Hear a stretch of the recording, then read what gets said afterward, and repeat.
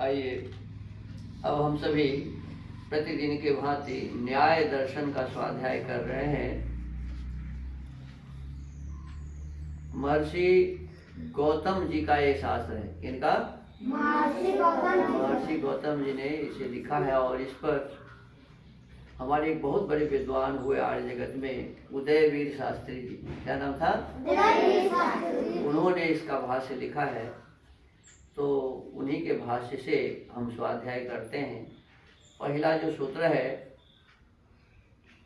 प्रमाण प्रमेय संशय प्रयोजन दृष्टांत सिद्धांत अवयव तर्क निर्णय वाद जन वितंडा हेत्वावाद जाति जिज्ञासा तत्वज्ञान निश्चयाधिगमः, ये प्रथम सूत्र है। इसी सूत्र पर वो भाष्य प्रारंभ किए हैं। इन्होंने बताया, कल हमारे स्वाध्याय के क्रम में आया था कि दो शास्त्र का जोड़ा बनाया हुआ है। दो शास्त्र एक विषय वस्तु का प्रतिपादन अपने अपने ढंग से करते हैं। तो उसमें किसका किसका कहा था? सांख्य और योग का। सांख्य दर्शन और योग दर्शन ये दोनों एक दूसरे के प्रतिपादक हैं, पूरक हैं, जोड़े हैं ये दोनों। फिर कहा कि पूर्व मीमांसा और उत्तर मीमांसा। पूर्व मीमांसा और उत्तर। पूर्व मीमांसा का मतलब होता है जो पहले बना, उत्तर का मतलब होता है जो बाद में बना। तो पूर्व मीमांसा वेदांत दर्शन को कहते हैं। किसको? वेदांत दर्शन। पूर्व मीमांसा वेदांत दर्शन को कहते हैं, जिनको महर्षि वेद व्यास जी ने लिखा है। उनका पूरा नाम था कृष्ण द्वैपायन व्यास। क्या नाम था? कृष्ण द्वैपायन व्यास। तो पूर्व मीमांसा उन्होंने लिखा, जिसका नाम है वेदांत दर्शन। और उत्तर मीमांसा उनके शिष्य थे, उनका नाम था जैमिनी। क्या नाम था? जैमिनी। तो जैमिनी ऋषि का लिखा हुआ है उत्तर मीमांसा। उसको मीमांसा शास्त्र कहते हैं। क्या कहते हैं? मीमांसा शास्त्र। माने वेदांत शास्त्र और मीमांसा शास्त्र। तो ये दोनों मिलके एक जोड़ा होते हैं। ये दोनों एक विषय वस्तु का प्रतिपादन करते हैं। तो एक तो हो गया योग और सांख्य, दूसरा हो गया पूर्व मीमांसा और उत्तर मीमांसा, या इसको ऐसे कर देंगे वेदांत दर्शन और मीमांसा दर्शन। और फिर वैशेषिक दर्शन और न्याय दर्शन, या न्याय दर्शन और वैशेषिक दर्शन। न्याय और वैशेषिक तो ये समान शास्त्र है। क्या है? इसके संबंध में कल हमने इसमें स्वाध्याय किया था। अब आगे कहते हैं कि न्याय शास्त्र में आत्मा आदि 12 प्रमेय गिनाए हैं। कितने प्रमेय है बताइए आप लोग? आत्मा, शरीर, इंद्रियां, हाथ, बुद्धि, मन, प्रवृत्ति, दोष, प्रत्यभाव, फल, दुख, अपवर्ग। अपवर्ग को ही क्या कहते हैं? मोक्ष कहते हैं। तो ये 12 क्या है? प्रमेय। तो कहते हैं न्याय शास्त्र में आत्मा आदि 12 प्रमेय गिनाए हैं। गंभीरता से देखा जाए तो इनमें केवल आत्मा मुख्य है। 12 में मुख्य कौन है? शेष शरीर, इंद्रिय, अर्थ। अर्थ किसको कहते हैं?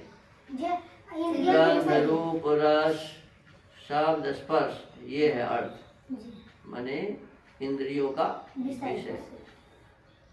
बुद्धि, मन, प्रवृत्ति, दोष, प्रत्यभाव, फल, दुख, अपवर्ग, ये सब आत्मा से संबद्ध है। ये सभी किससे संबंध है? आत्मा से। साक्षात या परंपरा से इन सब का उपयोग आत्मा के लिए है। सबका उपयोग कौन कर रहा है? आत्मा। इंद्रियों का उपयोग, इंद्रियों के जो विषय है, इस सब का उपयोग कौन कर रहा है? आत्मा। तो कहते हैं साक्षात या परंपरा से इन सब का उपयोग आत्मा के लिए है। सूत्रकार ने शास्त्र के मुख्य प्रतिपाद्य प्रमाण के लक्ष्य क्षेत्र में आत्मा को विशेष स्थान देकर, सबसे पहले आत्मा ही लिखा ना, तो आत्मा का विशेष स्थान देकर उसका और तत्संबंधी परिस्थितियों का प्रमेय में परिगणन कर दिया है। सबका गिनती किसमें कर दिया? प्रमेय में। भाष्यकार वात्सायन ने, और इस सूत्र पर गौतम मुनि के इस न्याय दर्शन के ऊपर एक बहुत बड़े विद्वान हुए, उनका नाम था वात्स्यायन। क्या नाम था? वात्स्यायन। तो वात्स्यायन जी ने इस पर पहला भाष्य लिखा, वही सर्वमान्य है। और उसकी भी चर्चा यहाँ कर रहे हैं कि भाष्यकार वात्स्यायन ने सूत्रकार के आशय को, तो भाष्यकार हो गए वात्स्यायन, और सूत्रकार माने सूत्र लिखने वाला कौन हो गए? गौतम ऋषि। सूत्रकार के आशय को अंतर्दृष्टि से समझ शास्त्र के प्रारंभ में समस्त यथार्थता व तत्व को 4 विधाओं में परिसमाप्त माना है। वात्स्यायन मुनि ने ये सारे जितने भी न्याय दर्शन है वो सबकी परिसमाप्ति किसमें माना है? 4 पदार्थों में। किसमें? किसने माना है? वात्स्यायन। क्या नाम है? वात्स्यायन ऋषि जब इसका भाष्य लिखते हैं तो कहते हैं कि जितने भी बातें हैं न्याय दर्शन में वो 4 के अंतर्गत आ जाता है। समझ आ गए? तो 4 क्या है वो भी आप लोगों को आता है। हाँ, कहते हैं प्रमाता माने एक प्रमाण, फिर प्रमेय, फिर प्रमाता और फिर प्रमिति। बस इस 4 के अंतर्गत सब आ जाते हैं। वस्तुतः अर्थ तत्व को समझने और उसके विवेचन की यह उपयुक्त प्रक्रिया है। इस प्रकार के समझने और विवेचन का प्रधान आधार क्या है? प्रमाण है। मूल आधार क्या है? प्रमाण है। प्रधान का मतलब मूल, मुख्य। उसी का सांगोपांग पूर्ण निरूपण न्याय शास्त्र में हुआ है। माने 16 को 4 में कर दिया, संपूर्ण न्याय शास्त्र को 4 में कर दिया, और उस 4 को भी 1 में कर दिया। किसमें? प्रमाण में। ताकि प्रमाण ही ऐसा है इसमें सांगोपांग पूर्ण न्याय शास्त्र का उसमें निरूपण हो जाता है।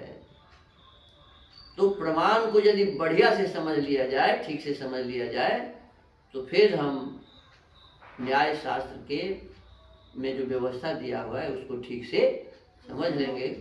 तो इसी विषय वस्तु को फिर हम कल आगे बढ़ाएंगे। आज स्वाध्याय के क्रम को यहीं विराम देते हैं। आइए शांति पाठ कर लेते हैं।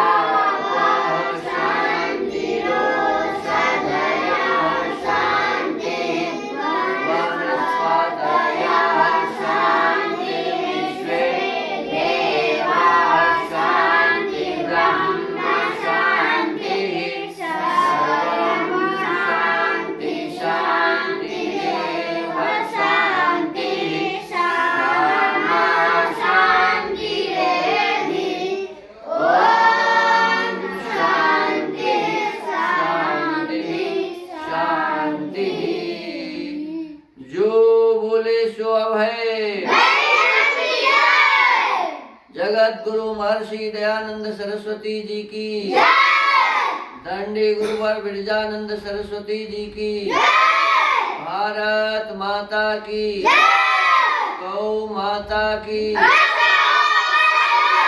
मर्यादा पुरुषोत्तम भगवान श्री रामचंद्र जी की, योगेश्वर भगवान श्री कृष्णचंद्र जी की, वेद की ज्योति,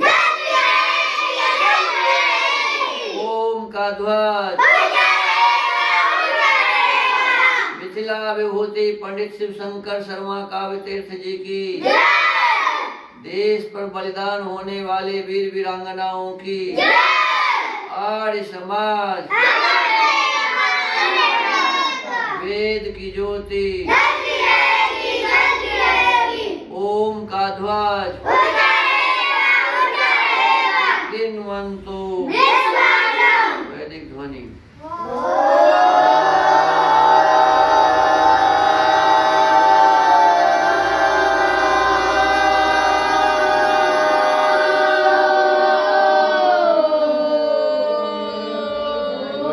अभिवादनम सबको शासन